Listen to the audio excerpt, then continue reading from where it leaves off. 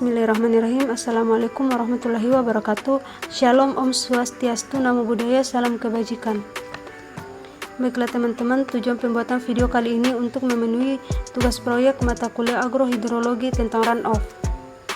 Namun sebelum itu, saya mengucapkan terima kasih kepada yang terhormat Ibu Dr. Mardiana, SHMP, Ibu Dr. Nurinda Mansur, SPMP, dan Ibu Dr. Siti Zahara, SPMP, sebagai dosen pengampu mata kuliah. Sebelum masuk pembahasan, izinkan saya memperkenalkan teman-teman saya, yaitu Maulana, Samuel, Marneksi, Anastasia Surya, Vika Duitami Bunuk, dan Gunawan. Khusus saja, masuk pada materi tentang runoff. Runoff atau aliran permukaan adalah aliran air yang mengalir di atas permukaan karena penuhnya kapasitas infiltrasi tanah. Aliran permukaan dapat terkonsentrasi menuju sungai dalam bentuk singkat, sehingga aliran permukaan merupakan penyebab utama terjadinya banjir. Selanjutnya, masuk pada siklus hidrologi. Di sini, saya akan menjelaskan bagaimana sih siklus hidrologi itu terjadi.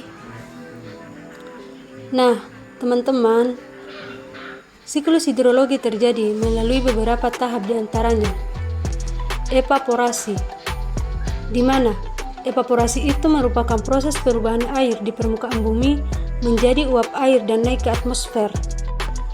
Pada siklus hidrologi, evaporasi terjadi ketika energi panas matahari memanaskan permukaan air seperti sungai, danau, dan laut, sehingga air tersebut menguap ke udara sebagai uap air. Selain permukaan air yang berada pada tumbuh-tumbuhan juga ikut mengalami proses penguapan. Proses ini dinamakan proses transpirasi. Pada ketinggian tertentu, uap air ini mengalami kondensasi. Kondensasi merupakan proses perubahan wujud uap air menjadi titik-titik air akibat adanya perubahan temperatur udara. Lalu, titik air tersebut membentuk sebuah awan, dan kemudian awan tersebut berubah wujud dari uap air di atmosfer menjadi curahan atau jatuhnya air ke permukaan bumi, atau biasa kita kenal sebagai hujan. Proses ini disebut sebagai proses presipitasi. Berikutnya, air yang dihasilkan oleh presipitasi sebagian diserap oleh tanah dan sebagian lagi mengalir di atas permukaan tanah. Air yang diserap oleh tanah disebut infiltrasi, sedangkan air yang mengalir di atas permukaan tanah itulah yang disebut dengan runoff. Adapun bagan aliran proses terjadinya surface runoff. Nah, proses terjadinya runoff. Pada saat hujan turun, tetesan air hujan ditangkap oleh daun dan tajuk vegetasi. Ini biasanya disebut simpanan intersepsi. Kemudian, jika hujan berlangsung terus-menerus, air hujan mencapai permukaan tanah akan meresap ke dalam tanah atau infiltrasi, sampai mencapai taraf di mana intensitas hujan melebihi kapasitas infiltrasi tanah dan celah-celah dan cekungan di permukaan tanah. Parit dan simpangan permukaan lainnya dipenuhi air baru. Itulah yang menyebabkan terjadinya runoff. Adapun beberapa faktor yang mempengaruhi runoff. Yang pertama, topografi, di mana curah hujan atau penyiraman cenderung menghasilkan runoff lebih banyak di daerah dengan lereng yang curam. Yang kedua, sifat tanah. Tanah yang keras atau tanah yang jenuh air cenderung menyebabkan runoff lebih tinggi. Terus, yang ketiga, vegetasi. Tumbuhan dapat mengurangi runoff dengan menyerap air ke dalam akar mereka.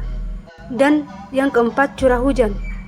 Curah hujan yang tinggi dalam waktu singkat dapat menyebabkan runoff yang signifikan. Nah, di sini terdapat 3 tipe runoff. Yang pertama, aliran permukaan. Aliran permukaan disebut juga aliran langsung atau direct runoff. Aliran permukaan dapat terkonsentrasi menuju sungai dalam waktu singkat, sehingga aliran permukaan merupakan penyebab utama terjadinya banjir. Yang kedua, aliran antara. Aliran antara atau interflow adalah aliran dalam arah lateral yang terjadi di bawah permukaan tanah. Aliran antara terjadi dari gerakan air yang lengas tanah sehingga lateral menuju elevasi yang lebih rendah. Dan yang ketiga, aliran tanah. Aliran tanah adalah aliran yang terjadi di bawah permukaan air tanah ke elevasi yang lebih rendah, yang akhirnya menuju sungai atau langsung ke laut. Adapun dampak yang terjadi akibat runoff.